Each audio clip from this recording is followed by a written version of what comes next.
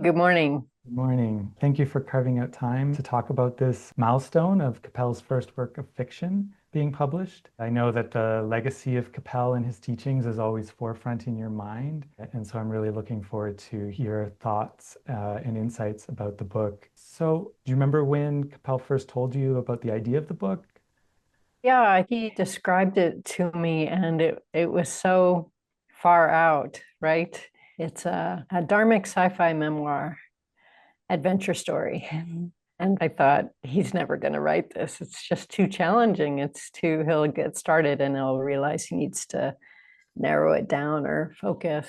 And yet he launched in, and we found a really good editor who supported him through the process. She was terrific. But I think he did pretty great on his own. I have to hand it to Qapel. He was always up for trying new things and not being defined by existing parameters, which is a great inspiration to us. Yeah, and I couldn't agree more. And I'm wondering if he spoke to you directly about why he decided to choose such a new or innovative or, and like you said, challenging form for this. I think it was pretty simple. I think he chose some of the things that he loved and put them together. I think it made perfect sense to him. He didn't feel the need to be constrained by what genre are we going to put it under on Amazon. And as you know, Rinpoche said sci-fi should be our Bible because it points to where we are and where we're going in the future, in particular in our relationship with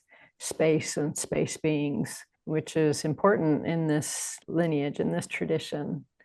And Qapel enjoyed sci-fi, and he really wanted people to understand that it's our birthright to awaken, that anyone can awaken if we apply ourselves.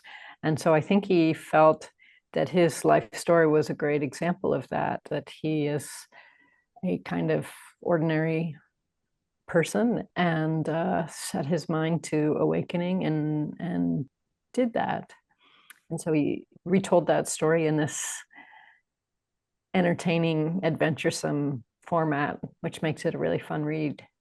When he first shared part of the book with you, what were your first impressions? I was really grateful that he had set down so many stories that were relevant to his awakening because I'd heard all of those stories over the years. And as he got older, I was thinking, do we have recordings of, he would tell a story and I would think, do we have a recording of this story somewhere? Or should I turn the voice recorder on now? Or should I take notes?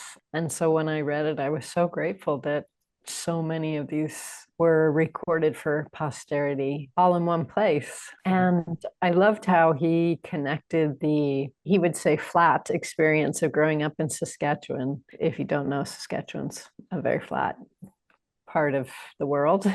He connected that flat upbringing and background with this sense of cosmic wonder and exploration. And yeah, that our upbringing, our conditioning doesn't need to define us.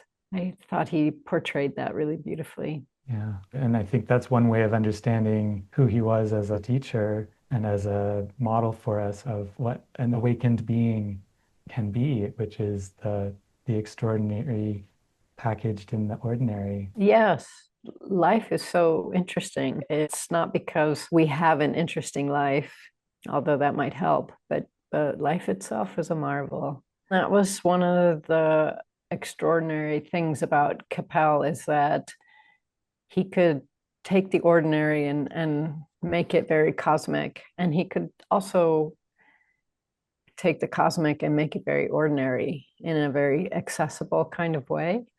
And yes, I agree with you. He captures that really beautifully.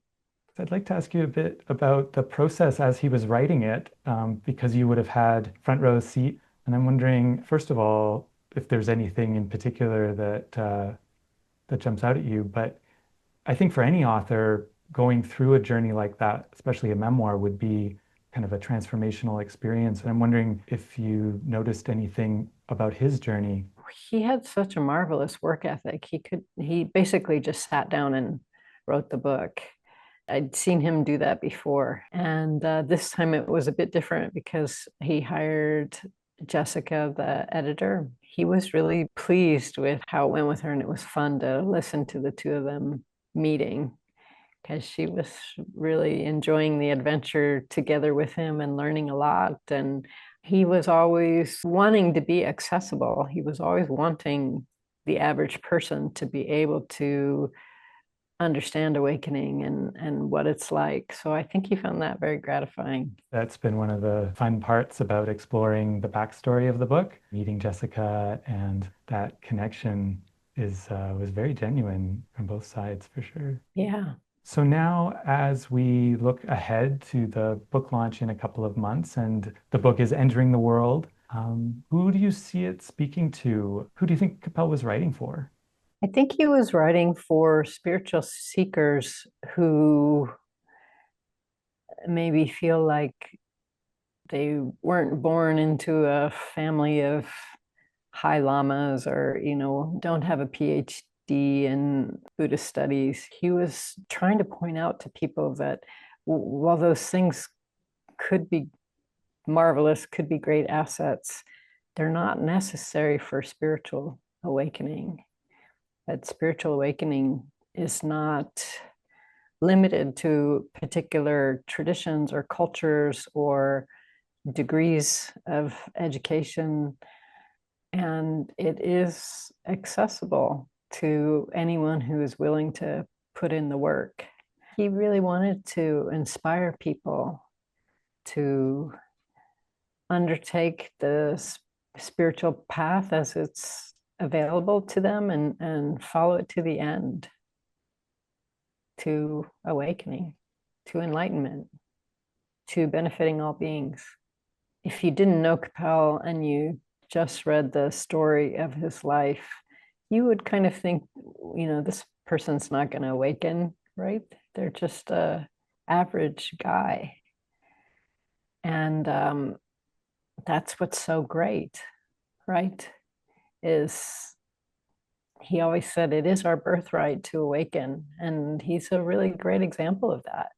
Yeah, having known him and been taught by him, I couldn't agree more. Just aside from being a fantastic teacher, just a constant source of inspiration. And I'm really glad that more people are going to have that, even though they may not have known him. Yeah.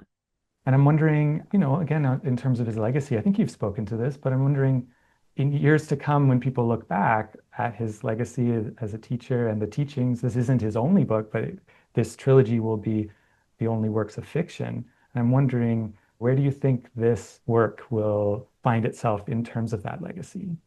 Well, there are so many amazing resources available to us, those of us who'd like to study Dharma, which is what a blessing that so much is available to us nowadays.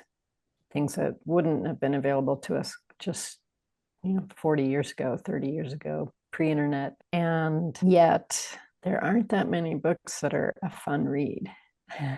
And sometimes it can get kind of dry, the analysis and the scholasticism. And dry's good. I like dry, but I think Qapel enjoyed having a good time, and certainly joy is a really essential resource to us on the spiritual path. And so this book is a really fun read. And I think that makes it unique, an adventure story about spiritual awakening and about a being who actually did awaken in the traditional system. It's pretty cool. He really wanted people to understand that, yes, we can awaken in this lifetime. And so this is a story about what that looks like